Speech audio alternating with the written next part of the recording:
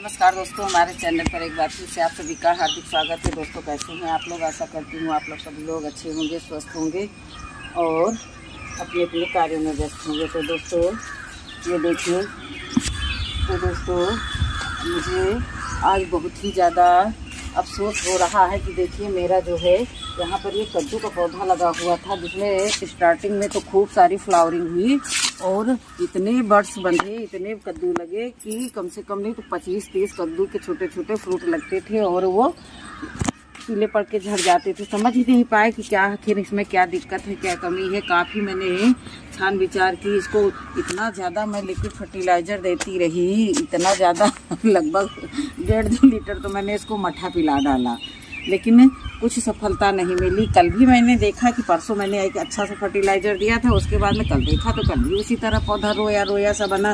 तो मैंने थोड़ी सी मेहनत करके मैंने इस पौधे की जड़ों में को उंगली से खिसका करके तो देखा, तो देखिए इसमें इन पौधे में कितनी जड़ों में गांठें बनी हुई हैं। ये नीमाटोड नामक एक बीमारी है जो पौधों की जड़ों में ही रहती है और इसकी बैक्टीरिया इतने महीन रहते हैं कि वो ये जो भी कुछ न्यूट्रिशन हम लोग देते हैं पौधे की ग्रोथ के लिए, तो वो सब यही खुद ही खा पी करके जो है अपना परिवार बढ़ाते रहते हैं। इतने महीन इसमें कि ये जो कि कीटाणु रहते हैं कि वो दिखते ही नहीं हैं। जैसे ही हम लोग कुछ डालते हैं खाने पीने का तो ये खुद ही खाते पीते रहते हैं और अपना परिवार बनाते रहते हैं। तो ये जो गांठें हैं इन्हीं के अंदर जो है कीड़े घुस जाते हैं और अपने अंडे दे देते हैं और उन्हीं से इनका सब बढ़ते रहता है। और जो भी असंख्य मात्रा में अभी इसमें अगर जो किसी यंत्र से देखा जाए तो करोड़ों की संख्या में इसमें बैक्टीरिया पाए जाएंगे। तो ये पौधे की ग्रोथ को बढ़ने नहीं दे रहे थे। तो फिर मैंने शाम को बिल्कुल अंधेरा हो गया था तो मैंने जल्दी जो है पौधे को काट पीट करके अलग कर दिया। ये देखिए सारी बेलें निकाल करके रात में ही रख दी थी कि अब इसको बचाना है नहीं है कोई, इसके लिए हमको कोई उपाय करने ही नहीं है। इसका एक यही उपाय है कि इसको हटाएं और गार्डन से दूर भगाएं। तो देखिए ये जो जड़ें हैं इनको जो है हम अपने किसी कंपोस्ट में नहीं डालेंगे, क्योंकि इसमें ना मालूम कितनी मात्रा में कीटाणु होंगे जो जहाँ जहाँ ये मिट्टी जाएगी वहाँ देख सकते हैं इतना बढ़िया भुरभुरी मिट्टी है कि मुझे किसी चीज़ की ज़रूरत ही नहीं पड़ती है। और हर एक जड़ में कितना भयंकर लगा हुआ है ये नीमाटोड। तो इसको तो पन्नी उठा दी। 2 पौधे लगे थे, मैंने दोनों की जड़ों को इकट्ठा कर लिया है और इसको जो है डस्टबिन में डालेंगे। अपने गार्डन के आसपास भी नहीं फटकने देंगे और सारी जो है मिट्टी को धूप दिखा करके और भरपूर धूप दिखाने के बाद में इसके ये दूर करने वाले जो भी सिस्टम होंगे सब उनका प्रयोग करेंगे। सबसे बेस्ट तो नीम खली ही रहती है, मैंने बहुत लोगों से जानकारी की है। तो सबसे मेन तो रहता है मिट्टी को सुखाना, क्योंकि पहले देखिए खेत की फसल जब कट जाती है उसके बाद में खेत की जुताई करके खेत को 2-4-6 दिन के लिए सूखने के लिए छोड़ दिया जाता है और उसके बाद में जो है उसमें फर्टिलाइज़र वगैरह दिया जाता है। तो खेत सूख भी जाता है और उसकी जो है मिट्टी में जो भी बैक्टीरिया होते हैं सूक्ष्म वो मर जाते हैं। तो वही हाल मैं अपने इस कंटेनर का करूँगी। मिट्टी तो काफ़ी हो गई है, कम से कम नहीं तो ये सीमेंट वाली बोरी से 1-1.5 बोरी मिट्टी है, लेकिन जो है अब इस मिट्टी को मुझे सबसे पहले तो रोग मुक्त करना है। तो सबसे पहले जो है मैं इसमें जो है कंटेनर को खाली करके कंटेनर को भी धूप दिखाना और उसको भी जो है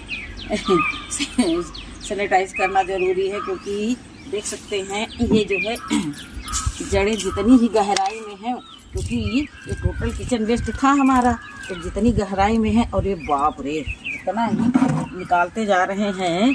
बहुत लोगों के साथ ऐसा होता होगा, वो कारण नहीं समझ पाते होंगे कि पौधा क्यों है इतना बढ़िया बिल्कुल फलता फूलता पौधा क्यों नष्ट हो गया। तो ये देखिए पूरी की पूरी मिट्टी बिल्कुल जो है रोग से ग्रसित है। तो इसको बचाने का बस एक ही उपाय है कि ये तपती गर्मी में इसको पूरी यही छत पे फैला देंगे 2-3 दिन। और वो देखिए मैंने एक नीम की खली ले रखी है, तो कम से कम इतनी मिट्टी में आधा किलो मैं नीम की खली मिला करके उसको स्वस्थ करूँगी और सारी जड़ों को एक विचार करके उसके बाद में मैं ये मिट्टी जो है किसी जालीदार डलिया से छानूंगी ताकि एक भी जड़ रहने ना पाए।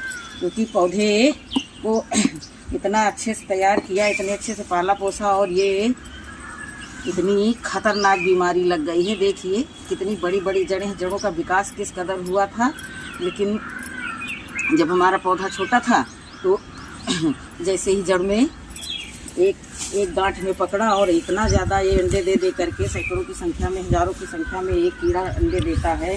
तो सोचिए पौधे का विकास कैसे होगा। अभी इस कंटेनर की मिट्टी मुझे निकालनी है और मिट्टी निकाल करके धूप में रखनी है, जिसके लिए मुझे लंबी प्रक्रिया करनी पड़ेगी, सब कुछ समेटना पड़ेगा। लेकिन अगर इतनी ज़्यादा मिट्टी है, इतनी मिट्टी, और मिट्टी भी हमारी कोई कम नहीं थी, बहुत ही पावरफुल मिट्टी थी, लेकिन जब रोग लग गया तो लग गया। जब हैवी बॉडी में रोग लग जाता है, बॉडी बिल्कुल लस्त पस्त हो जाती है, तो ये तो मिट्टी है, तो इसको सुधार लेंगे हम। और सुधारने के साथ साथ जो है इसको मैं सबसे पहले तो खाली करूँगी और एक जड़ को जो है मैं अलग करूँगी। तो इसके लिए बहुत कार्य करना पड़ेगा मुझको, मेहनत बहुत, लेकिन कोई बात नहीं, मेहनत रहेगी मुझमें। अब इसको निकालने के लिए जो है मैंने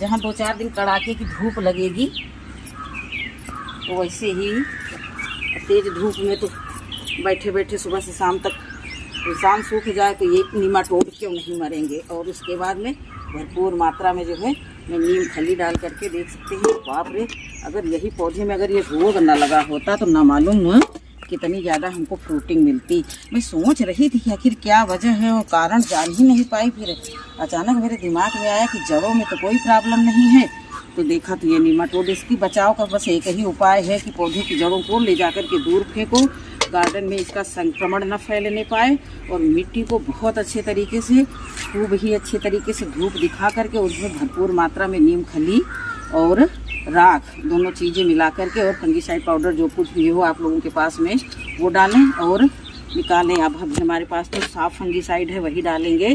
साफ फंगीसाइड, राख, नीम खली, यही सब डाल करके देखिए कितनी गहराई में जड़ें गई हुई हैं। एक ऐसी इतनी बड़ी जड़ न होगी जिसमें गांठ न हो। बताओ फिर मेरा पौधा कैसे फलेगा फूलेगा। सब समस्याओं से जब ग्रसित है। अब इसका कोई अल्ट्रासाउंड तो हम कर नहीं सकते थे कि देखें इसमें क्या दिक्कत हो रही है। अब सारी मिट्टी को अलग करेंगे और उसके बाद में 4-6 दिन इसको कस के सुखवाएंगे। उसके बाद में गोबर, नीम खली और गोबर के कंडे की राख सब मिला करके इसको फिर से हम जो है अच्छे से पावरफुल मिट्टी बना लेंगे। और ये कार्य हमको वीडियो इसलिए बनाना पड़ा कि बहुत लोग ऐसे होंगे जो कहते हैं हमारे पौधे की ग्रोथ नहीं हो रही। तो ग्रोथ होगी कहाँ से। ग्रोथ के जो दबाने वाले बैठे हैं, ग्रोथ जो भी हम न्यूट्रिशन देते हैं उसको खाने पीने वाले दूसरे ही लोग बैठे हैं, तो पौधा कहाँ से सर्वाइव करेगा। तो उसके लिए जो है अब क्या ही करें, बड़े शौक से इतना बड़ा कंटेनर मैंने बनाया था कि इसमें बेलबर्गी सब्जियां लगाएंगे। तो देखिए पहले से ही बैठे हुए हैं ये, इनको आतंकवादी ही कहा जाएगा कि इनका आतंक जो है पूरे पौधे पर हो गया। और जड़ें देखिए कितनी है कि इसको खाली करने में भी हमको बड़ी मेहनत का सामना करना पड़ रहा है। तो इसको करते रहेंगे धीरे धीरे। और यदि आप लोगों के पौधे में ज़रा सी भी ग्रोथ रुकी हुई है, आप अच्छा सा न्यूट्रिशन दे रहे हैं उनको, खाने पीने की उनकी देखभाल अच्छे से कर रहे हैं, समय से पानी दे रहे हैं, और उसके बावजूद भी पौधे की ग्रोथ नहीं हो रही है, तो सर्वप्रथम सबसे पहले आप लोग थोड़ी सी मिट्टी हटा करके पौधे की गांठ को, जड़ों को चेक कर लें कि कहीं जड़ों में गांठें तो नहीं आ गई हैं।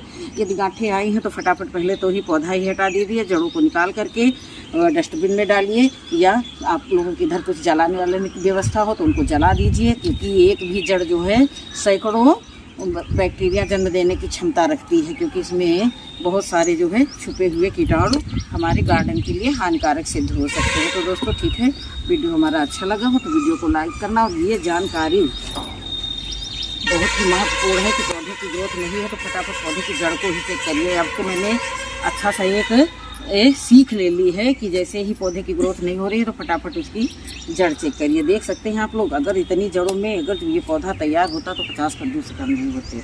और बर्ड्स बहुत आई, लेकिन बर्ड्स कोई भी बर्ड्स हमारी जो है सक्सेस नहीं हुई।